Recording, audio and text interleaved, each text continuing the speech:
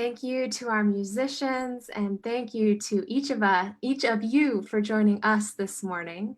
It is so good to be gathered together across town, across the state, across the country, maybe even across the world.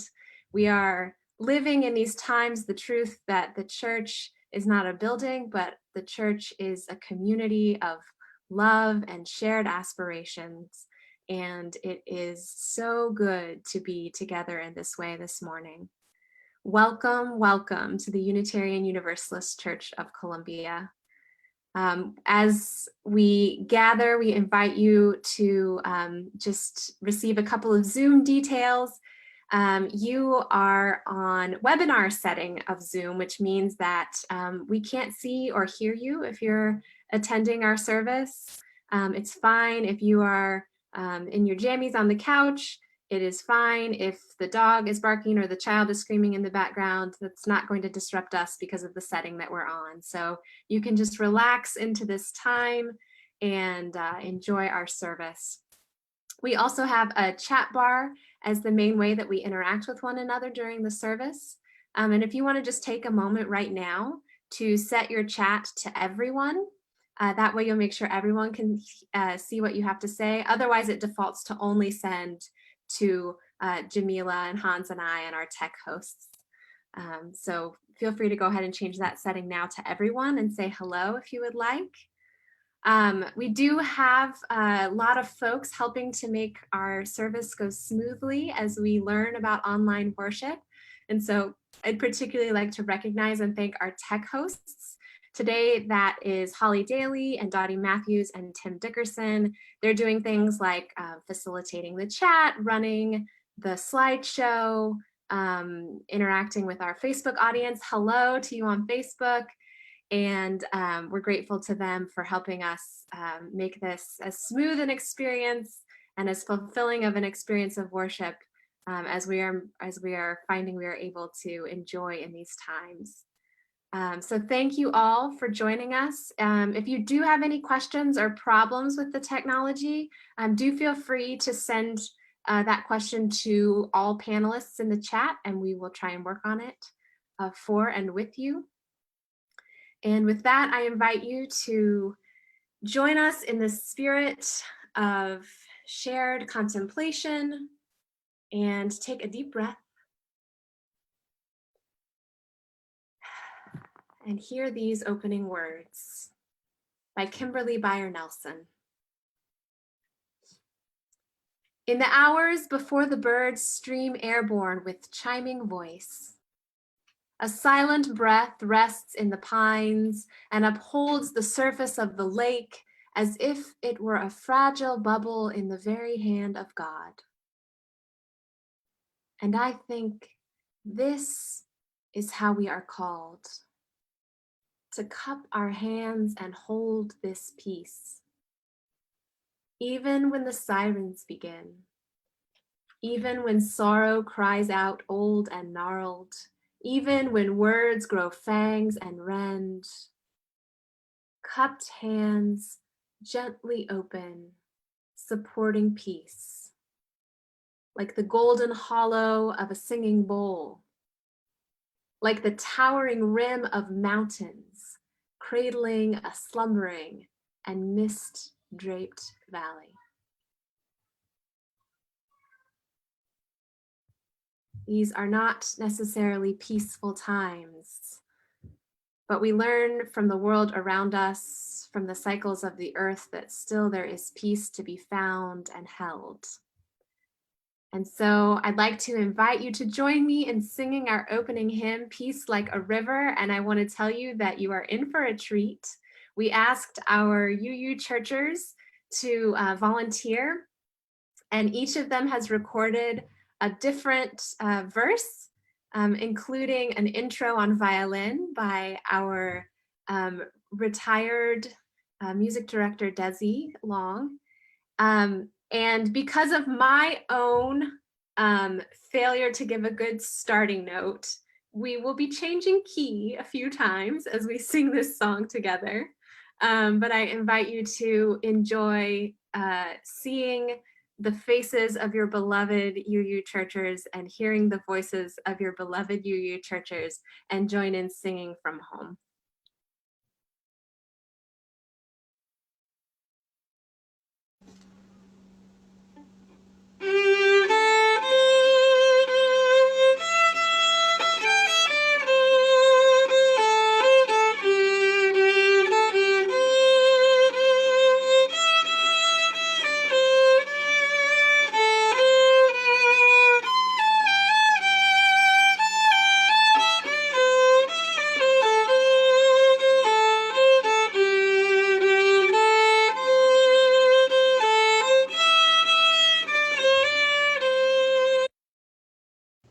I've got peace like a river, I've got peace like a river, I've got peace like a river in my soul. I've got peace like a river, I've got peace like a river, I've got peace like a river in my soul. I've got joy like a fountain, I've got joy like a fountain, I've got joy like a fountain in my soul. I've got joy like a fountain, I've got joy like a fountain, I've got joy like a fountain in my soul. I've got love like an ocean, I've got love like an ocean, I've got love like an ocean in my soul. Yes, I've got love like an ocean, I've got love like an ocean, I've got love like an ocean in my soul.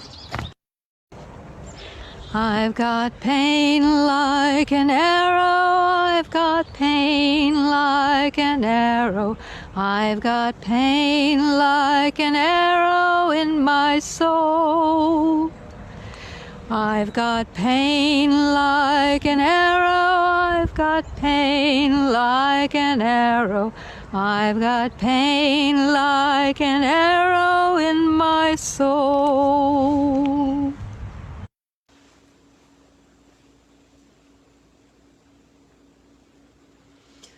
I've got tears like the raindrops, I've got tears like the raindrops, I've got tears like the raindrops in my soul.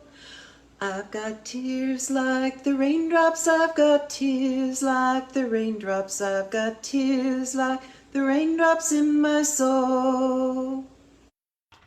I've got strength like a mountain, I've got strength like a mountain, I've got strength like a mountain in my soul. I've got strength like a mountain, I've got strength like the mountain, I've got strength like a mountain in my soul. Thank you, UU Churchers. Gorgeous. I'm gonna pass the no, I'm not. I'm going to light our chalice. And so as we light our chalices at home or digitally, the symbol of our faith in the cup of community that holds us even in our separation, and the flame of the human spirit that sustains us even in dark times. Will you please join me in lifting your voices at home, across our city, country, and world to share our weekly words of affirmation.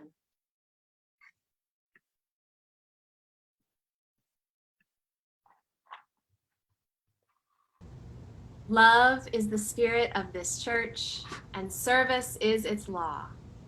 This is our great covenant, to dwell together in peace, to speak the truth in love, and to help one another.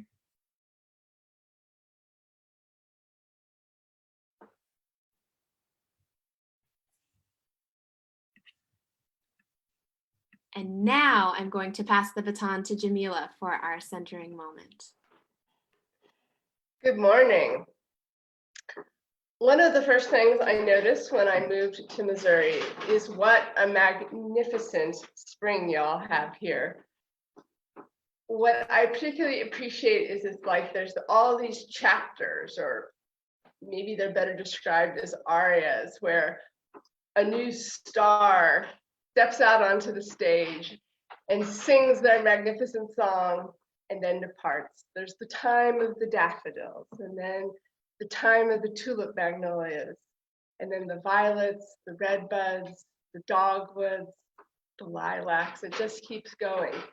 And each song is brief, it's fleeting. And I think it makes us appreciate the poignancy of their beauty all the more, that we just want to go out and soak it all in the time we have, knowing it will be gone again soon. And so later in our service, we're going to be creating nature mandalas and thinking some about the impermanence and fragility and strength of nature.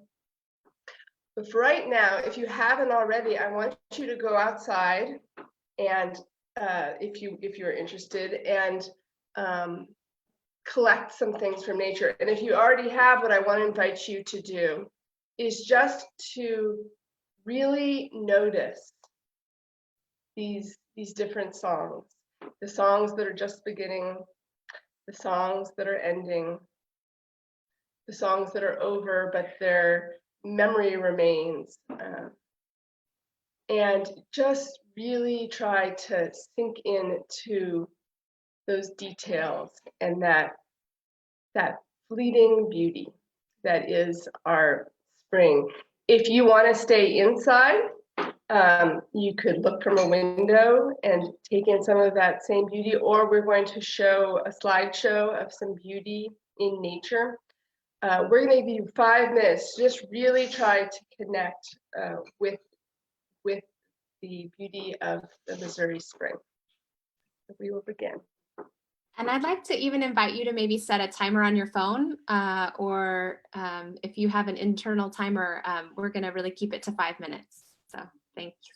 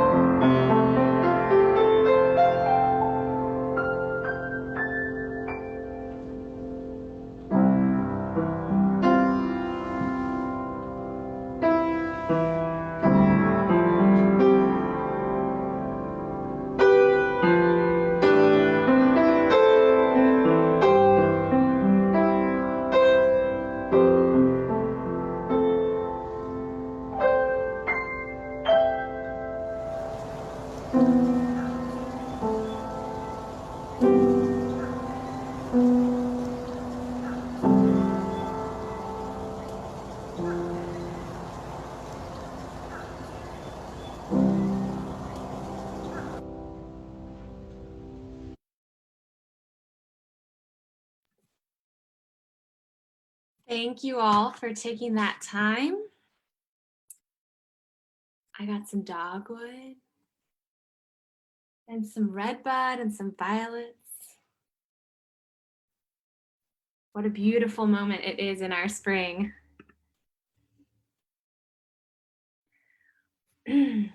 Well, now that we have regathered in our homes from our moment of communing outdoors, we've reached the time in our service where we hold one another in heart across the distance, knowing that our community is with us and that we are held in love amid life's sorrows and joys alike, now and always. In just a moment, I will invite you to share your joys and sorrows in the chat, and I will speak as many of them aloud as I can. I'd like to begin with those that came via our online submission form. Folks who wanted to be sure that their news and prayers were shared with you, our community. And so will you please join me in the spirit of love together? When we're together in person, we will often respond with a body prayer for joys with spirit fingers, and for sorrows and concerns and prayers with a hand over the heart. And I invite you to do that in your home as you are moved. So let us join our hearts with Elaine Martin as she shares that Rob Bartell has been released from the hospital and has moved to Landmark Hospital for intensive rehab after a stroke months ago.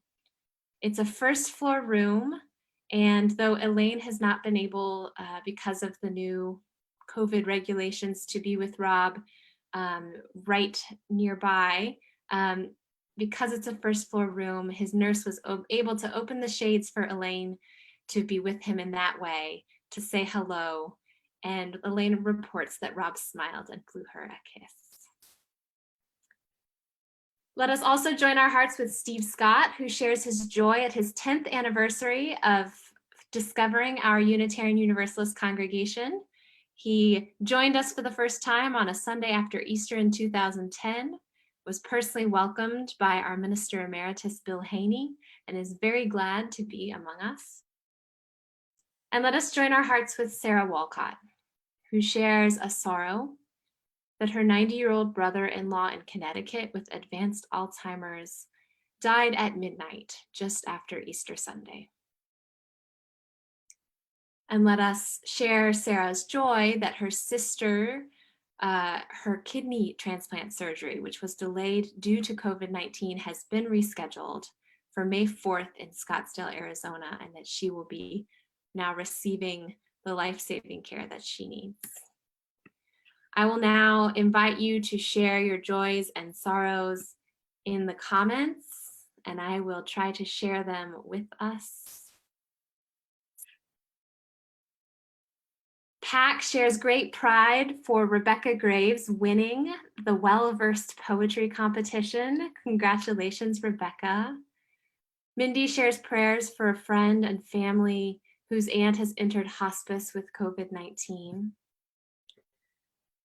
Megan shares gratitude for Rob's progress and support for Elaine during this difficult time.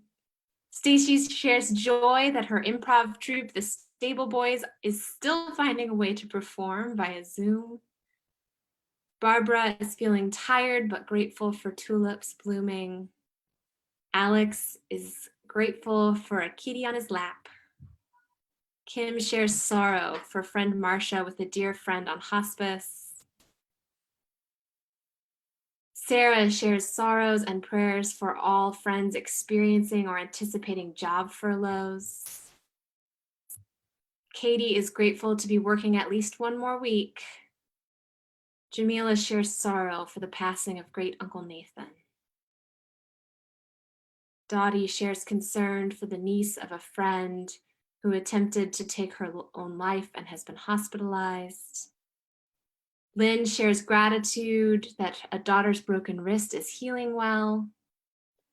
Marcia shares prayers of ease for John as he passes into the great mystery.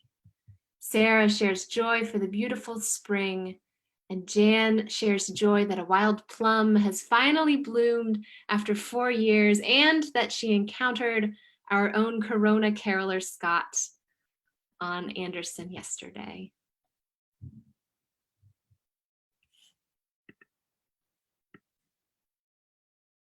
These and so many more joys and sorrows that are held tenderly in our hearts, we join together in lifting up, in thinking of one another, in holding one another in love and in prayer.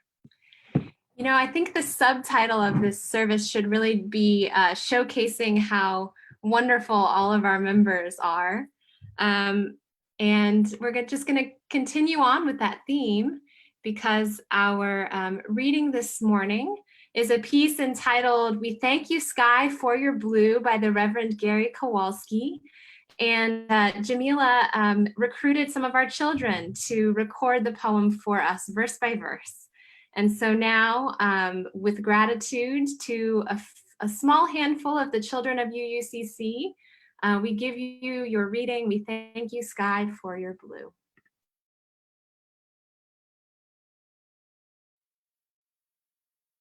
We thank you, sky, for your blue, also breeze for what you do. Everything simple, undivided, and too ordinary to be tried is true.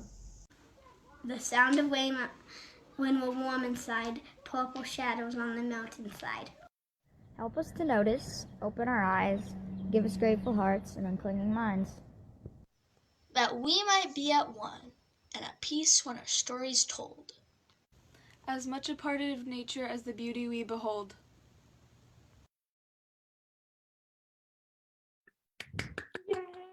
Yay! Thank you to each of our lovely readers this morning.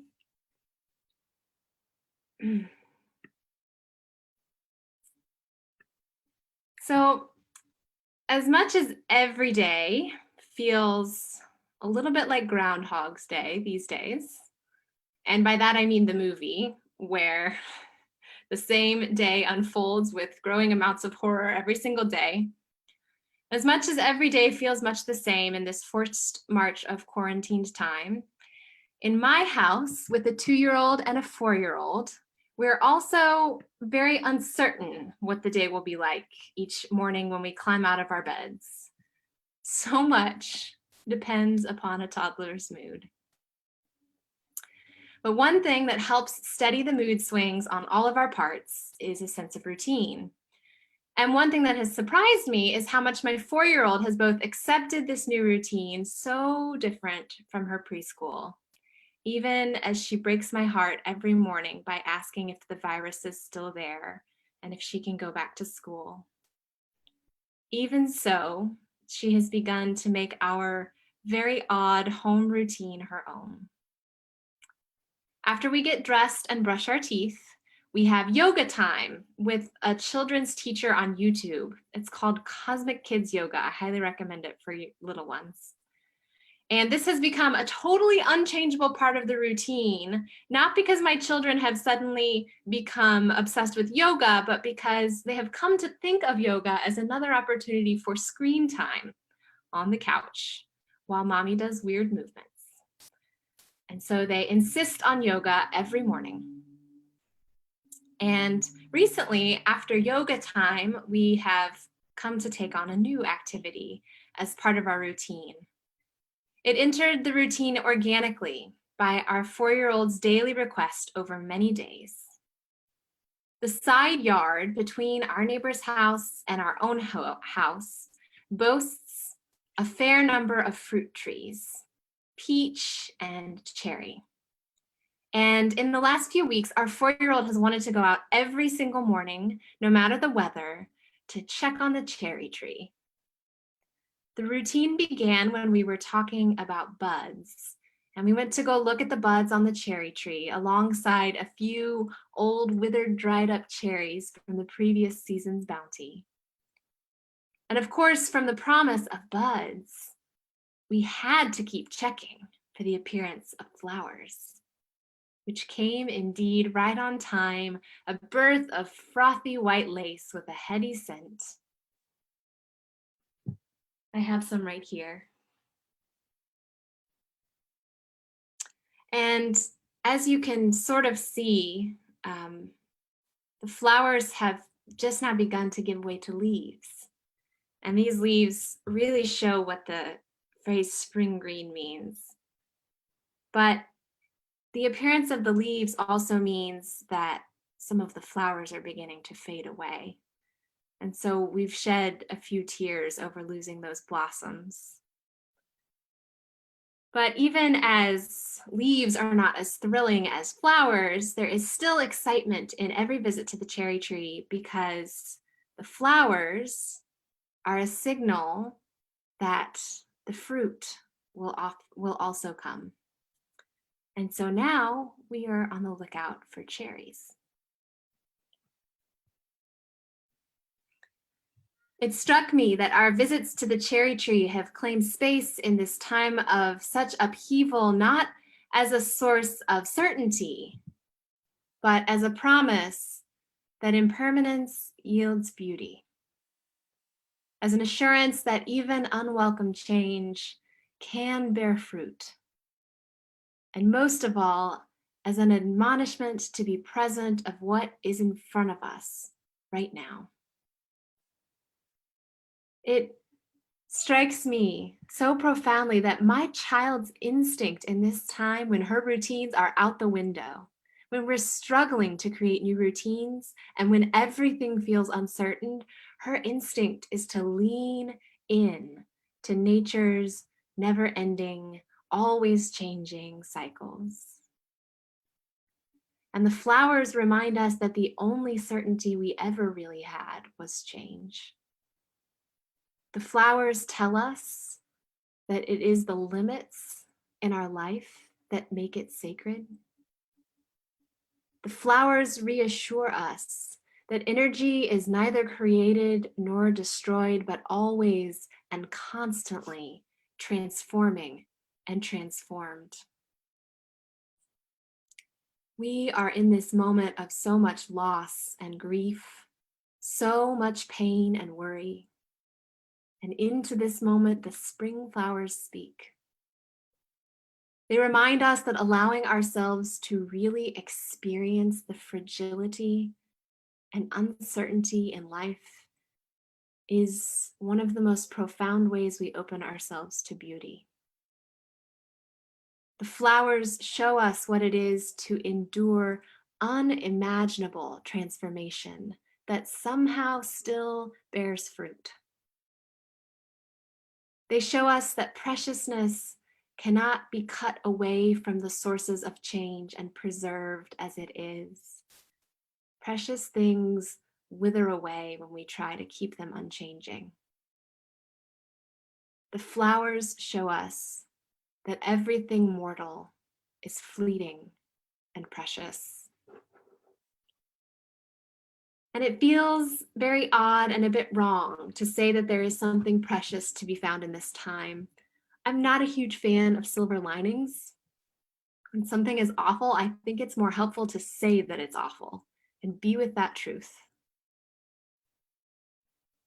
But the thing I have found in our daily visits to the cherry tree in this fairly awful time is that the more that I stay with the parts that feel hard, the uncertainty and drudgery, the fear and sorrow, the more preciousness breaks into the awfulness.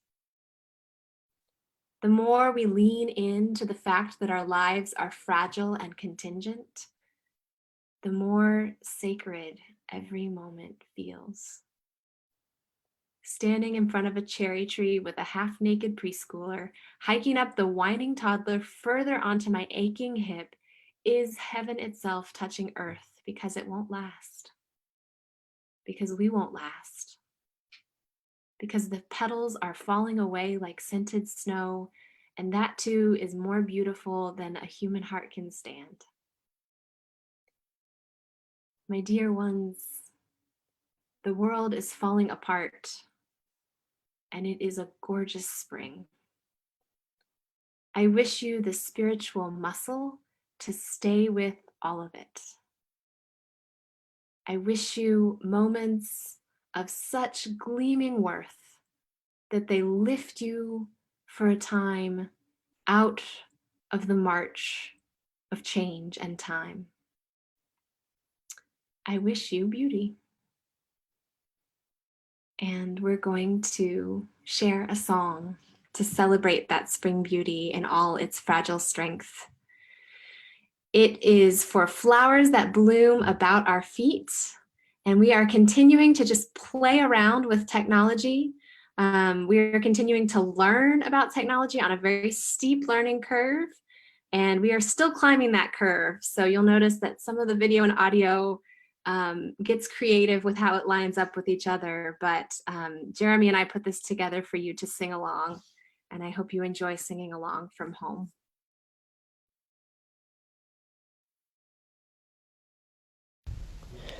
For flowers that bloom about our feet, for tender grass so fresh and sweet, for song of bird and hum of bee, for all things fair we hear or see, Giver of all we thank thee.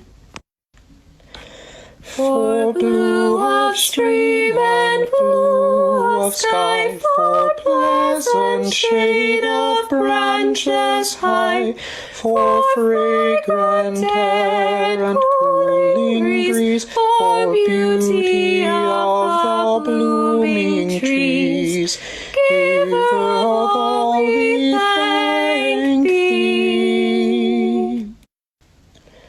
For this new morning with its light, for rest and shelter of the night, for health and food, for love and friends, for everything thy goodness sends, Giver of all we thank thee.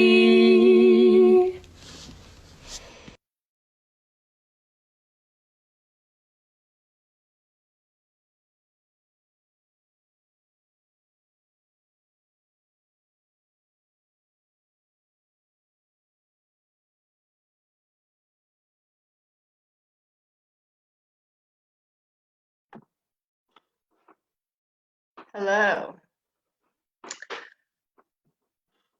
In the Tibetan Buddhist tradition in which I was raised, mandalas are an important spiritual tool. They are used to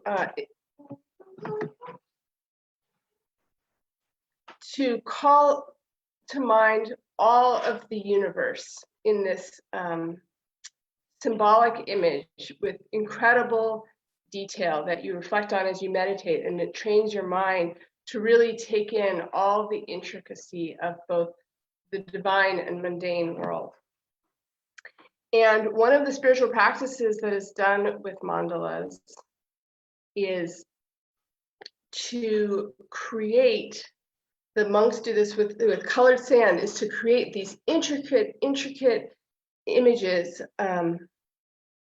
that take hundreds of hours to do, all made out of this sand. And when they're complete in all their detail, the monks sweep it away to remind us of the impermanence of it all. And so we hold in a mandala both the intricate complexity of life and the illusion and impermanence of it all, the illusion that we can hold on to it forever. And so we are going to do a practice together inspired by this Tibetan mandala making practice of using natural materials to create our own detailed geometric design that we really try to really appreciate each of the elements we use in making it. We use all the natural materials we want to use. And then knowing at the end, none of it will last. And appreciating it for its time, and then returning the materials back into nature. That we do hope you will photograph it and show us what you created. So we are going to take some time now to start building a mandala, and you can continue if you need more time as after the service, that you can put as much time and energy into this as you like. And now we will, I will pass it back to Molly to tell us about what we will be doing next as you start building.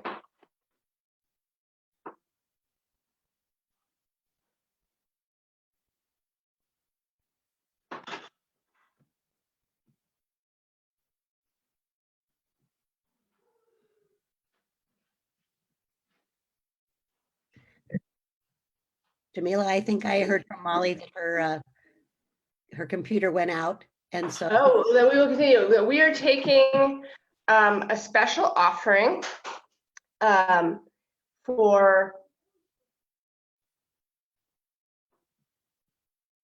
we'll be collecting our offering, and we're going to have some music from Hans and Jeremy. No, excuse me. We'll have The Spirit of Life by Carolyn McDade, recorded by the All Souls Unitarian Universalist Church of Washington. And we will, I think we have a slide to show you if you would like to make an offering today for the work of our congregation.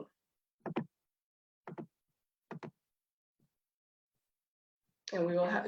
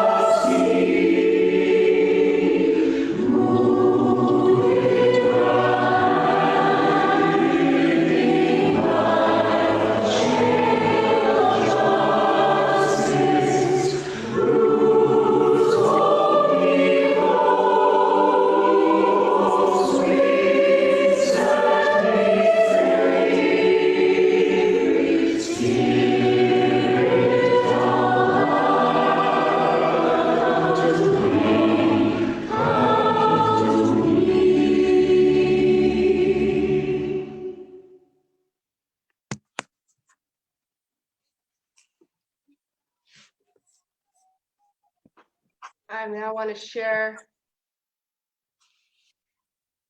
Oh, are we going to dedicate our offering? No. All right, then I will share a prayer from the Reverend Lynn Cox called Bring Us Close to the Earth. Spirit of life, ground of our being, root of unified mystery, growing into myriad branches of expression. Bring us together now, bring us close to the earth, ear to the whispering grass, quietly, attentively, waiting with slow breath, listening for the very stones to cry out with their rocky stories of tectonic plates meeting and parting meeting, their mineral memories of Hadean days, molten rocks flowing and joining, their ancient legends of stars born out of the collapse of other stars. Help us to remember. Help us to piece together our oneness with matter, our oneness that matters. With one more deep breath, may we rise, star stuff walking and rolling across the surface of an impossible blue-green planet. May we join together to heal what is divided. May we find wholeness within, without, among, between. Eternal source, seed of the universe, help us to grow peace. Amen. Amen. And I would like to invite you to continue in that prayerful spirit. If we can get just a couple of minutes of music from Hans, I'd like to invite you to have that sense of connection with the earth and with its changingness by spending a moment with your nature mandala. And when that moment is over, I would love for you to take a picture and post it on our Facebook page or email it to me so that we can pull those together. So we'll close our time of prayer with just a quiet moment of communing with the items from nature that we've brought in, and then we'll have our closing words after that.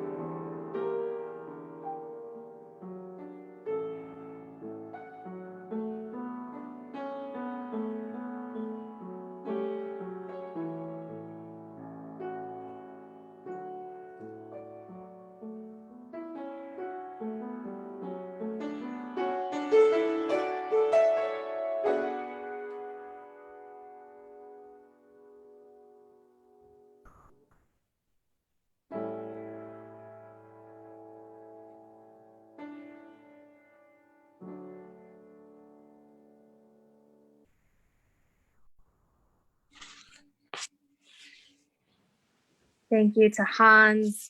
I'm going to show you the mandala that I created on our chalice during that time.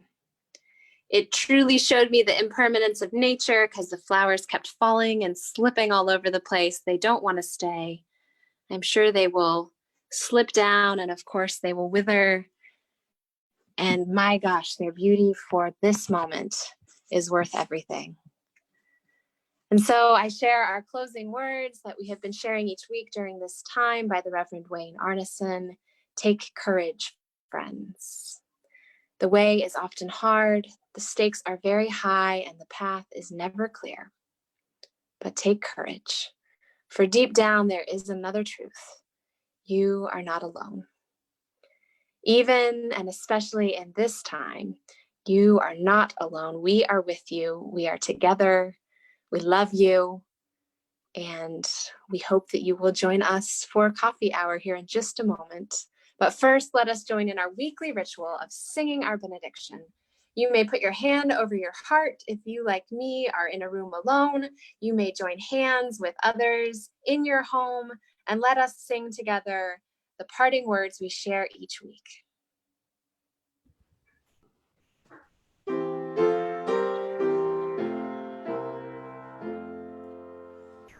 Now